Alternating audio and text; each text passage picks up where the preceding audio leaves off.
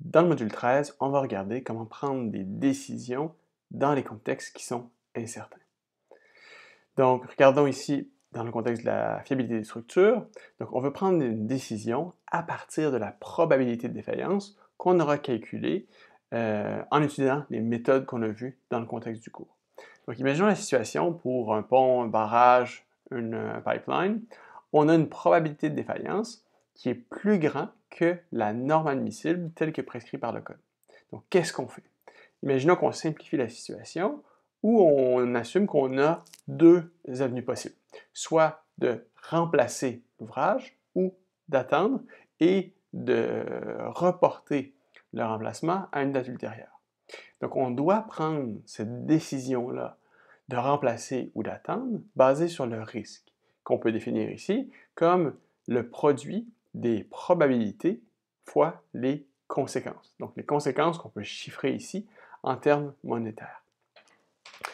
Donc, la décision qu'on doit prendre doit se baser sur la théorie de l'utilité. Donc, si on résume ça rapidement, la théorie de l'utilité, qu'est-ce qu'on va faire? On va baser notre décision sur l'espérance mathématique des coûts. Donc, quelle est l'espérance mathématique des coûts? Donc, les coûts sont maintenant une variable aléatoire qui est incertaine. Pourquoi? Parce qu'on n'est pas certain de quel sera le résultat. Donc, survie ou défaillance. Et ces deux états possibles vont être quantifiés par ma probabilité de défaillance. Donc, comme les coûts ne sont pas quelque chose de certain, mais on doit calculer l'espérance mathématique de ces coûts-là conditionnelle à une action, okay? Soit de remplacer ou d'attendre. Même chose pour l'autre action. Donc, si je fais ça, l'espérance mathématique des coûts conditionnels à attendre, mais ça va être la probabilité de défaillance que j'ai calculée ici, qui est suboptimale, fois le coût d'une défaillance, plus le complément pour l'événement de la survie, 1 moins PF, fois 0$. Parce que si ma structure survit, mais je n'ai pas de coûts qui sont associés avec ça. Au contraire, si je décide de remplacer la structure, mais j'ai le coût de remplacement plus, mais en fait, je vais avoir une nouvelle structure. Cette nouvelle structure-là peut faire défaut également. Donc, je vais avoir ma probabilité de défaillance admissible, parce que je sais que si je construis une nouvelle structure, mais celle-ci va remplir les normes. Et en théorie, cette probabilité de défaillance admissible va être beaucoup plus faible que ma probabilité de défaillance. Fois le coût de défaillance, plus, au contraire, si ma nouvelle structure survit, mais j'aurai 0$. Donc, le complément de ma probabilité de défaillance admissible, 1 moins fois 0$. Donc, attention, ça ici, c'est une analyse qui est sursimplifiée. On a omis plusieurs aspects, notamment, mais 1$ aujourd'hui, ce n'est pas équivalent à 1$ dans 20 ans. Donc, on va faire premièrement une actualisation du coût. Ensuite, le fait de gagner ou de perdre 1$ n'a pas le même effet, dépendamment si on a 1$ dans notre compte en banque ou si on a déjà 1 million. Okay? Donc, on va devoir voir les concepts d'aversion et de propension au risque qu'on va devoir tenir en compte. Donc, la mise en contexte, si on veut regarder quel est le cheminement ou le workflow à apprendre dans le contexte du cours, c'est qu'on avait des connaissances a priori de façon à venir définir ou de venir caractériser soit la résistance ou la sollicitation qui vont s'appliquer pour notre structure. Ensuite, on a utilisé les techniques qu'on a vues ensemble en classe de façon à venir calculer la probabilité de défaillance en utilisant soit des méthodes analytiques, soit des méthodes numériques. Une fois qu'on a fait ça, on fait une analyse de risque, donc en venant pondérer les conséquences monétaires par les probabilités qu'on vient de calculer à partir de notre analyse de fiabilité, et par rapport à ça, on va venir prendre une décision en venant, comme on l'a dit à la diapositive précédente, minimiser l'espérance mathématique des pertes. Donc, une fois qu'on a fait ça, on doit prendre une décision. Et notre décision, ça peut être quoi? De prendre des actions, donc par exemple, remplacer ou réparer, attendre et remettre les réparations ou les remplacements plus tard, ou encore une fois, en aller chercher davantage d'observations empiriques de façon à venir raffiner notre analyse de fiabilité. Un peu comme on avait vu dans le module 11, où on est venu justement mettre à jour nos connaissances pour les densités de probabilité conjointes qui viennent définir soit la sollicitation ou la résistance. Donc voilà pour le module 13, ce qu'on veut voir.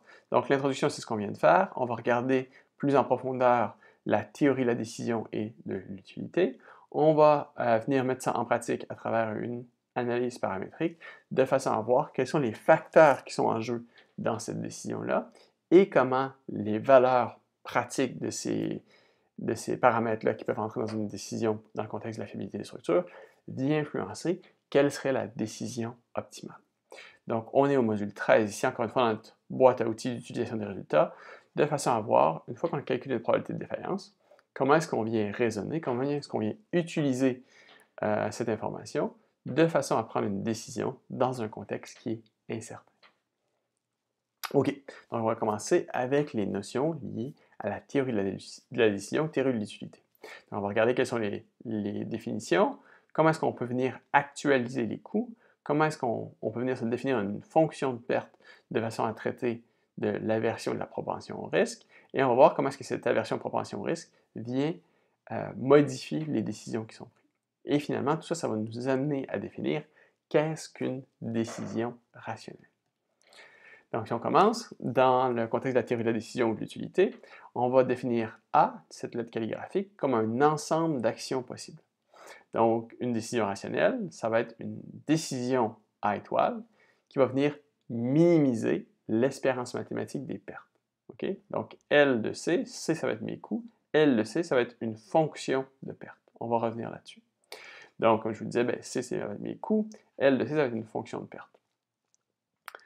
Donc, les événements possibles qui sont, dans notre cas ici, incertains, ce sont l'état de la structure. Donc, soit défaillance ou survie. Et donc, c'est là que notre probabilité de défaillance, notre analyse de fiabilité entre en jeu. Donc, la probabilité de l'événement de défaillance, c'est PF qu'on aura calculé avec les méthodes qu'on a vues au module précédent.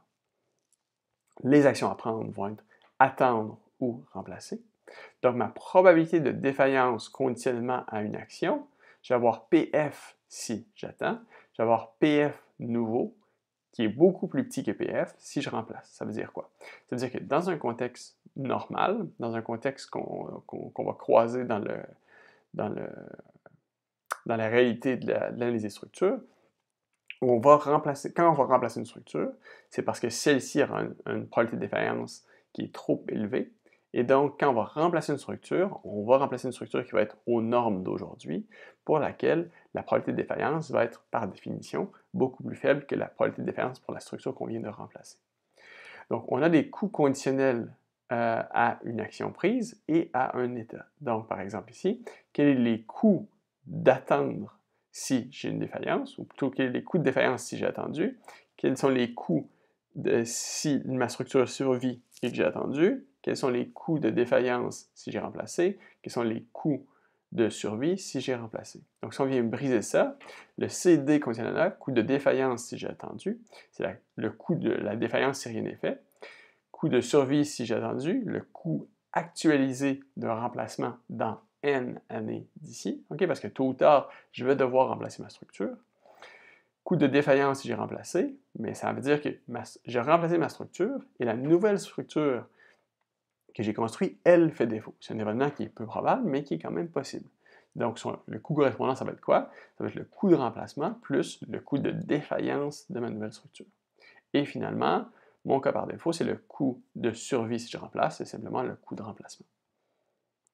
OK, donc regardons maintenant comment est-ce qu'on peut actualiser les coûts. OK, ça veut dire quoi? Ça veut dire que 1 $ aujourd'hui, c'est pas égal à 1 $ dans 20 ans, par exemple. Donc, pour calculer ça, on doit tenir en compte de deux facteurs, quelle va être l'inflation des coûts de construction et quel va être le taux d'intérêt. Donc, si je prends mon argent et je l'investis dans les marchés ou je l'investis dans mon économie en tant que gouvernement, à quel taux est-ce que cet argent-là va croître? Et ce qu'on peut voir en théorie, c'est que le taux d'inflation des coûts de construction est théoriquement plus faible que le taux d'intérêt. Okay? Donc, d'année en année, l'argent investi dans l'économie croît plus rapidement que l'inflation des coûts de construction. Donc, ce qu'on peut dire, c'est que pour un coût de construction annuel, c'est 0, donc un coût de construction aujourd'hui, le coût projeté dans T années peut être calculé à partir d'une formule d'intérêt composée. Okay? Donc, j'ai ici le coût actuel fois 1 plus mon taux d'inflation des coûts de construction, puissance T, le nombre d'années dans lesquelles je veux le projeter. Ça va me donner mon coût dans 20 ans, ou dans T années. Si au contraire, je sais que le projet va me coûter un certain coût dans T années, je veux ramener ça au coût actuel, mais je peux faire le coût dans T année divisé par 1 plus mon taux d'intérêt puissance T. OK? Ça veut dire quoi? Donc ici, je suis venu augmenter mon coût par rapport à mon coût de construction. Et de l'autre côté, je sais que si je prends 1 $ aujourd'hui et je le fais fructifier pendant 20 ans, mais soit en l'investissant dans les marchés, soit en l'investissant dans mon économie en tant que gouvernement, mais je serai plus riche dans T années que je le suis aujourd'hui. Donc, relativement, j'aurai plus de moyens pour payer pour mes travaux d'infrastructure. Donc, si on vient illustrer ça de façon graphique, sur l'axe horizontal, ici, on a l'axe du temps. C'est maintenant, on est dans 20 ans d'ici. Sur l'axe vertical, on a les coûts, okay, qui sont ici qui sont normalisés, juste pour qu'on puisse comprendre vraiment l'effet général. Donc ici, on a supposé que l'inflation des coûts de construction est de 3%. Ça correspond pas mal aux valeurs qu'on a observées durant les dernières décennies. Et le taux d'intérêt qui est à 4%. Okay? Ça veut dire quoi? Si je prends 1 $ aujourd'hui, et j'applique ce taux d'intérêt de 3%, dans 20 ans, mon coût de construction, ce qui me coûtait 1 $ aujourd'hui, va me coûter 1,81 $. Si au contraire, j'investis ce dollar-là dans les marchés ou dans mon économie, mais dans 20 ans, mais ce dollar-là va valoir 2,19 $. Okay? Donc, on a plus d'argent qu'on en avait, ou on aura plus d'argent qu'on en a aujourd'hui, mais nos coûts de construction vont être plus élevés également. Qu'est-ce qui arrive si je viens actualiser ce coût de construction-là et en tenant compte que j'ai investi l'argent plutôt que de le dépenser sur mes infrastructures aujourd'hui? Mais qu'est-ce qui va se passer? Je peux venir actualiser ici mon coût de construction qui va me coûter 0,82 $. OK? Donc, je suis venu ici augmenter mes coûts de construction qui me coûtent effectivement plus cher dans 20 ans. Par contre, l'argent que je n'aurais pas dépensé aujourd'hui, que j'aurais investi, va me permettre de réduire mes coûts parce que mon taux d'intérêt sur mes investissements est plus élevé que sur les coûts de construction. Donc voilà comment est-ce qu'on doit raisonner de façon à actualiser les coûts de construction. Donc ça, le 4% qu'on a ici, c'est la même pente que j'avais ici. Okay. Donc, autre facteur qu'on doit tenir en compte, c'est l'aversion ou la propension au risque. Donc, je vous avais dit, on va prendre une décision basée sur une fonction de perte, où C, ce sont nos coûts, L de C, c'est une fonction qui vient ici transformer de façon non linéaire nos coûts. Donc, ça va venir pondérer de façon subjective les coûts en fonction de notre soit aversion ou propension au risque. Ça veut dire quoi? On doit venir prendre en compte du fait qu'un changement de plus ou moins 1 $ n'aura pas le même effet si on a déjà dans notre compte en banque 1 $ ou 1 million. Donc, imaginons que tout ce que j'ai dans la vie, c'est 1 $ et on me retire ce dollar-là, j'ai plus rien. Okay? Donc, le changement sur ma capacité d'achat ou ma capacité de survivre, de trouver ce que j'ai besoin est énorme. Au contraire, si on prend l'exemple extrême où j'ai déjà 1 million de dollars dans mon compte en banque, de perdre, de gagner 1 $ n'aura aucun effet tangible sur mes capacités à subvenir à mes besoins. Okay? Ces exemples-là sont des exemples extrêmes, ce n'est pas vraiment pour le contexte des structures, mais tout de même, l'idée reste la même. On n'aura pas le même comportement et la même préférence par rapport au risque, dépendamment de quel est notre point de départ. Est-ce que j'ai 1 $ ou j'ai 1 million dans mon compte en banque? Donc, par rapport à ça, on doit venir justement pondérer notre préférence, c'est-à-dire notre aversion, notre propension au risque, en fonction, avec une fonction non linéaire. Donc, si on a par exemple ici sur l'axe horizontal les coûts, donc que j'ai normalisé ici, on a sur l'axe vertical la fonction de perte. Okay? Si on a une perception neutre par rapport au risque, on va être sur la ligne rouge ici. Okay? C'est-à-dire que j'aurai une fonction linéaire entre mes pertes, ma fonction de perte et mes coûts. Au contraire, si j'ai une propension au risque, je serai comme la partie ici en jaune. Si j'ai une aversion au risque, je serai comme la ligne en bleu ici.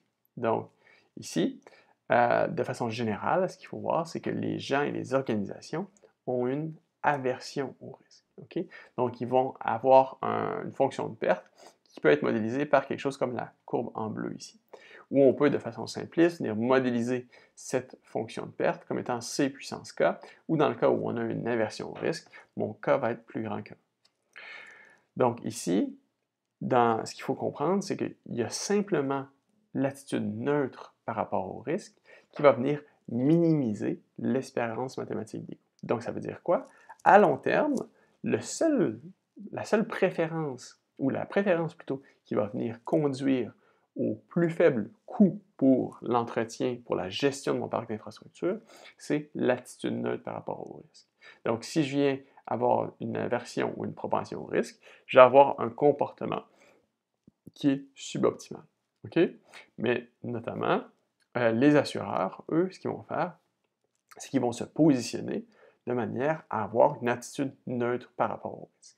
Et les gens, eux, donc nous, ce qu'on a, c'est qu'on a naturellement une aversion du risque. C'est-à-dire que lorsqu'on va souscrire à une prime d'assurance, on va accepter de payer une prime au-delà du coût qui est engendré par le fait d'avoir une attitude neutre par rapport au risque, et on est prêt à payer cette prime de façon à ne pas avoir cette position. On veut éviter d'avoir des pertes. OK? Donc, on veut éviter d'avoir des pertes élevées. Mais cependant, en prenant cette position, on va avoir des coûts moyens qui sont plus élevés à long terme. Alors que l'assureur, comme ses risques sont diversifiés, donc moi, en tant qu'individu, ce que je veux faire, c'est que, par exemple, si je souscris à une assurance habitation, pour le feu ou les inondations, quoi que ce soit, je veux éviter de perdre ma maison et d'être dans la situation où je dois racheter une deuxième maison pour laquelle je n'ai pas nécessairement les moyens. Okay? Par contre, donc pour moi, ce serait un coût qui est inenvisageable. Okay? Je n'ai pas les moyens de payer ça. Au contraire, pour un assureur, ce qui va se passer, c'est de dire moi, je n'assure pas une seule personne, je vais assurer un ensemble, une très grande population de personnes. De telle sorte que, comme je viens répartir mon risque sur un grand nombre d'individus, pour lesquels j'essaie d'avoir un risque qui est indépendant, c'est-à-dire que si une personne passe au feu, mais ce ne sera pas tout un quartier qui passe au feu, ce ne sera pas toute une ville qui passe au feu. De telle sorte que d'année en année, les coûts qui seront à payer vont être à peu près constants. Donc, l'assureur ne va pas s'exposer à des pertes qui sont grandes parce que son risque aura été diversifié. Et donc, l'individu ne peut pas nécessairement faire ça. C'est pour ça qu'il va souscrire à une assurance. Dans le contexte des structures, mais les gouvernements, de par leur taille, peuvent avoir une certaine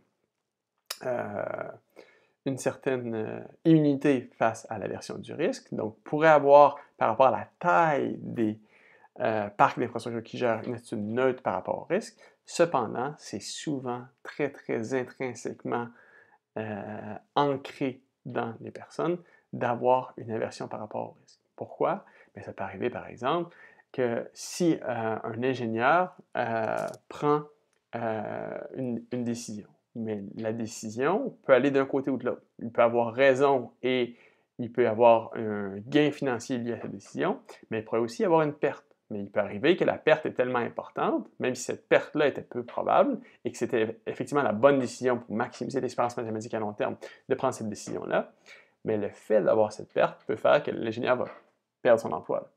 Donc, si un ingénieur perd son emploi, mais il ne sera pas en mesure de refaire des décisions supplémentaires qui vont lui permettre de maximiser à long terme l'espérance mathématique des gains.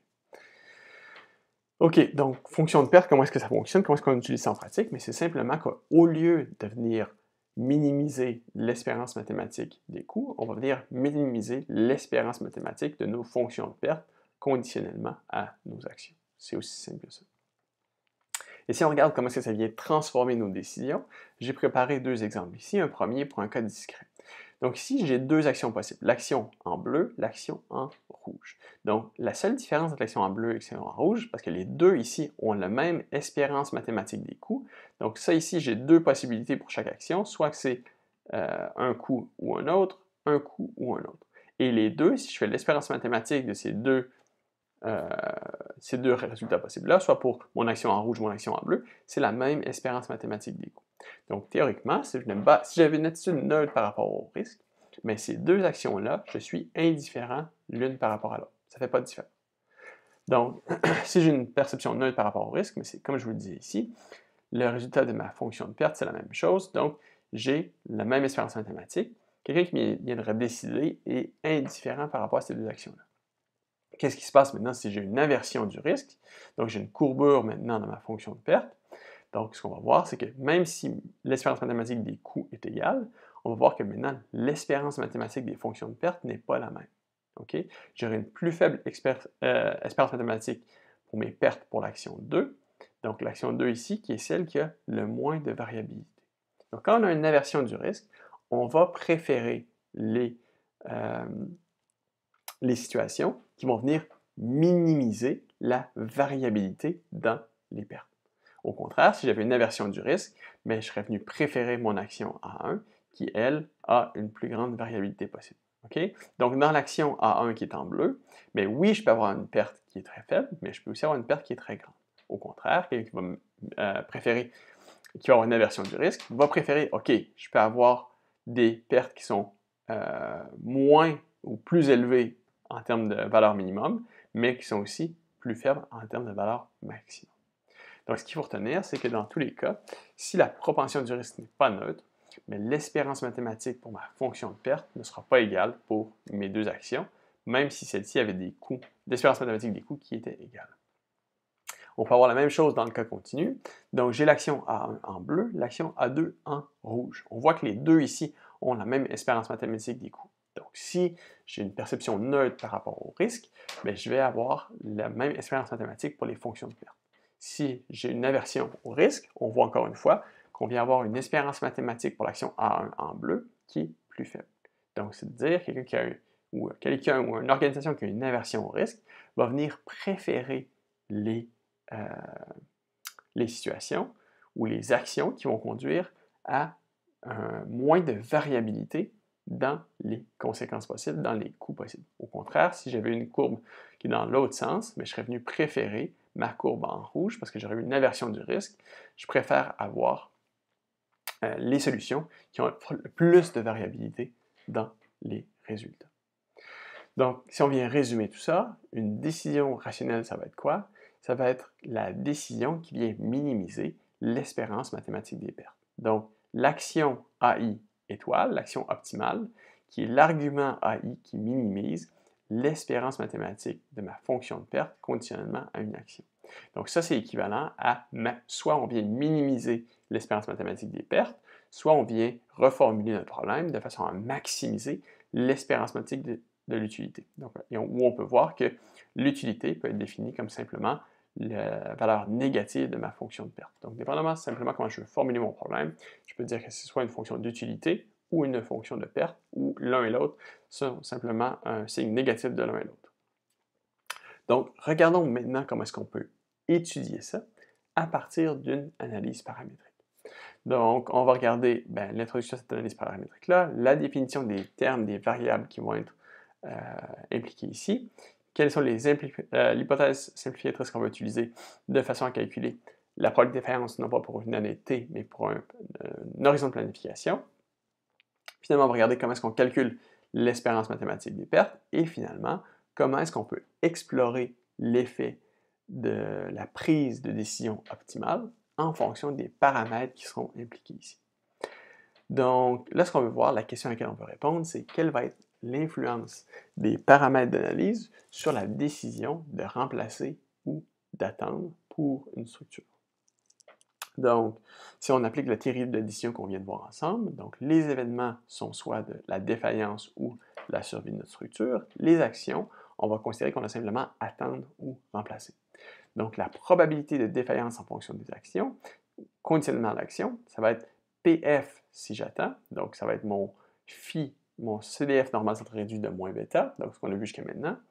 Et si jamais je remplace, mais ça va être une probabilité de défaillance nouvelle, ou cette probabilité de défaillance nouvelle va être beaucoup plus faible que ma probabilité de défaillance, okay? Parce qu'on fait l'hypothèse que la nouvelle structure que je vais construire, celle-ci va être aux normes. Les coûts conditionnels, donc on va dire mon coût conditionnel si j'ai un remplacement de ma structure et celui-ci survit, on va normaliser ça, on va dire que c'est 1. Okay?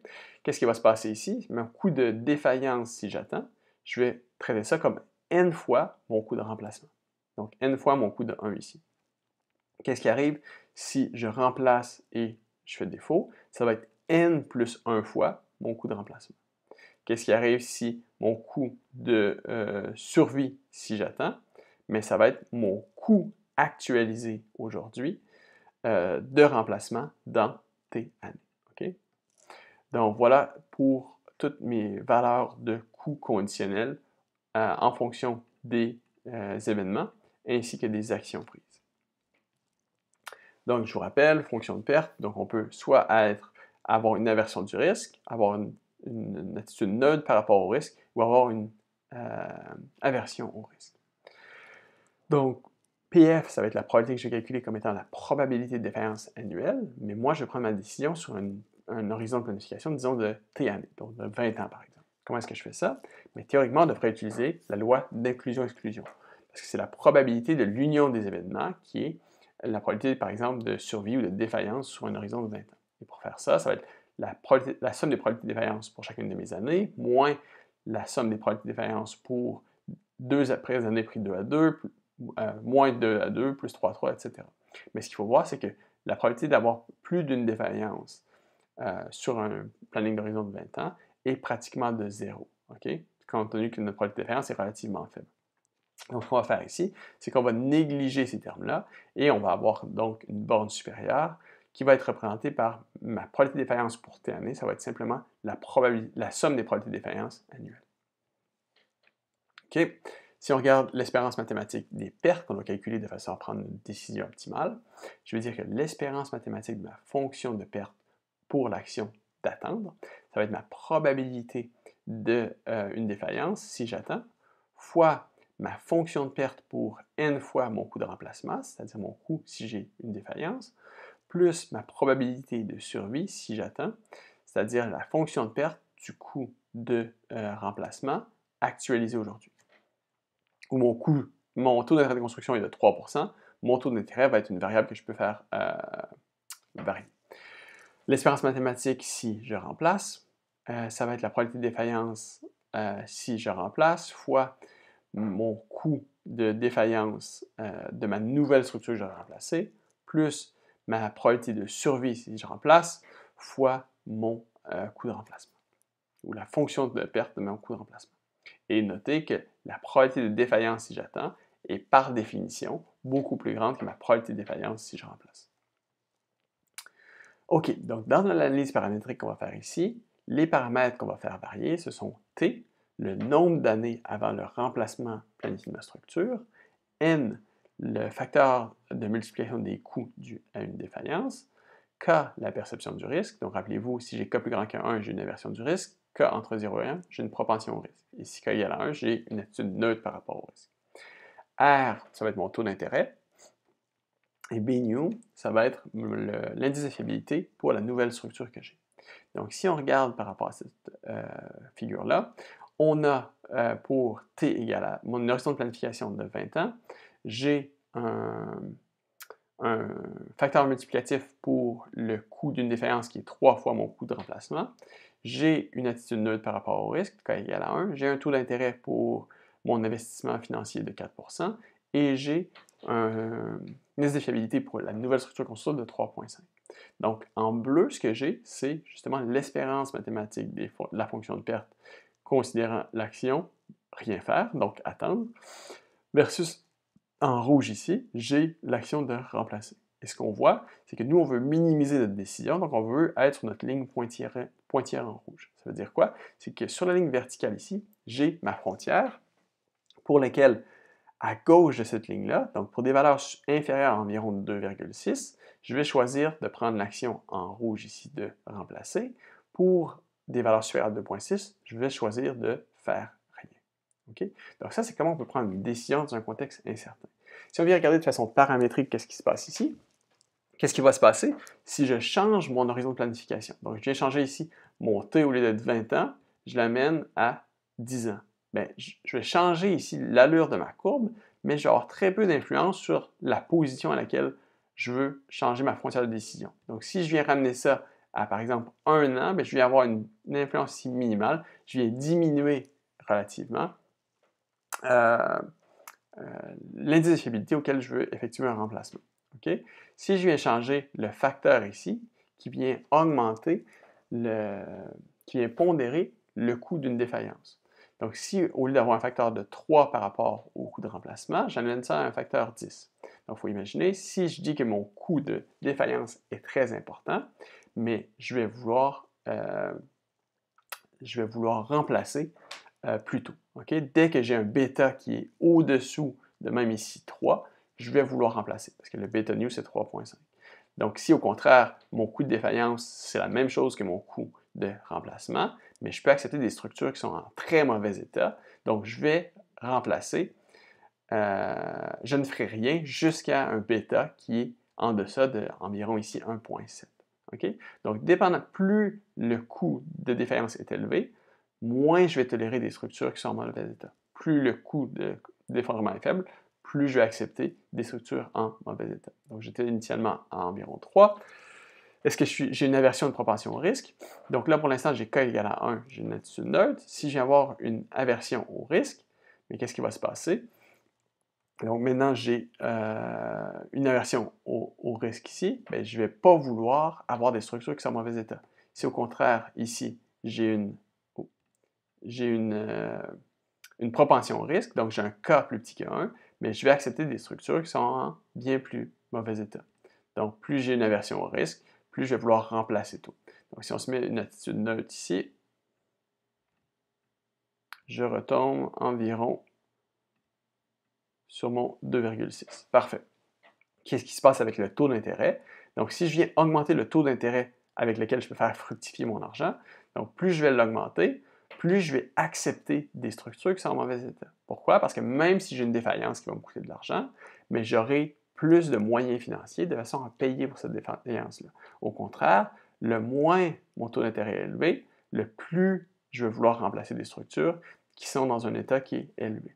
Donc ici, si on voit, plus on va augmenter mon taux d'intérêt, plus je vais venir tolérer des structures qui sont dans un mauvais état. Okay? Pourquoi? Parce que ça va me coûter moins cher d'attendre, malgré le fait qu'il pourrait y avoir une défaillance qui va me coûter plus cher.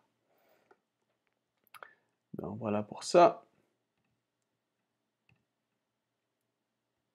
OK, et finalement, mon bêta new, l'indice de fiabilité pour une nouvelle structure, mais ça va avoir un effet minimal. Plus je vais augmenter mon bêta new ici, on voit qu'on a une petite augmentation de ma frontière. Si je viens le diminuer de façon drastique, on voit qu'on va venir ici autoriser des structures qui sont en plus mauvais état. Pourquoi? Parce que je sais que quand je remplace avec une structure qui est moins fiable.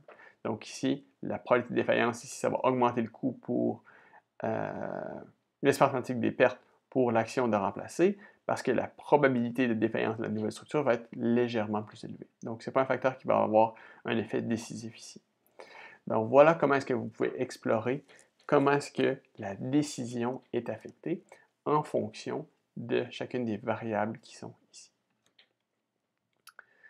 Donc, en résumé, ce qu'on a vu ensemble, c'est que une décision rationnelle va être définie comme l'action qui vient minimiser l'espérance mathématique des pertes, c'est-à-dire l'action optimale qui minimise ceci. Et on peut reformuler ça comme étant soit une minimisation des pertes, ou de l'espérance mathématique des pertes, ou la maximisation de l'espérance mathématique de l'utilité. Les deux sont équivalents.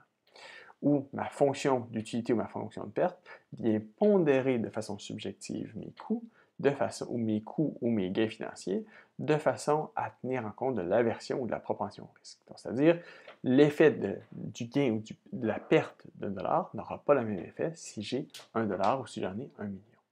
Donc, on a vu par rapport à ici, une façon simple de modéliser ça, c'est le coût puissance K, ou si j'ai mon facteur K qui est plus grand que 1, j'aurai une aversion du risque. K égale à 1, j'ai une attitude neutre par rapport au risque. Et pour un K entre 0 et 1, j'aurai une propension au risque.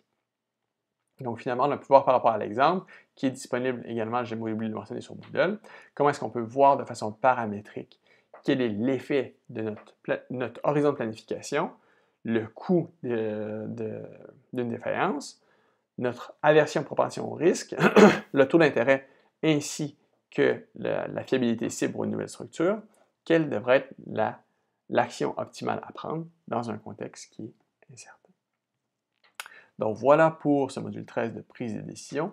Comment est-ce qu'on peut raisonner dans un contexte incertain pour lequel on est venu calculer notre probabilité de défaillance avec les outils qu'on a vus en cours ici.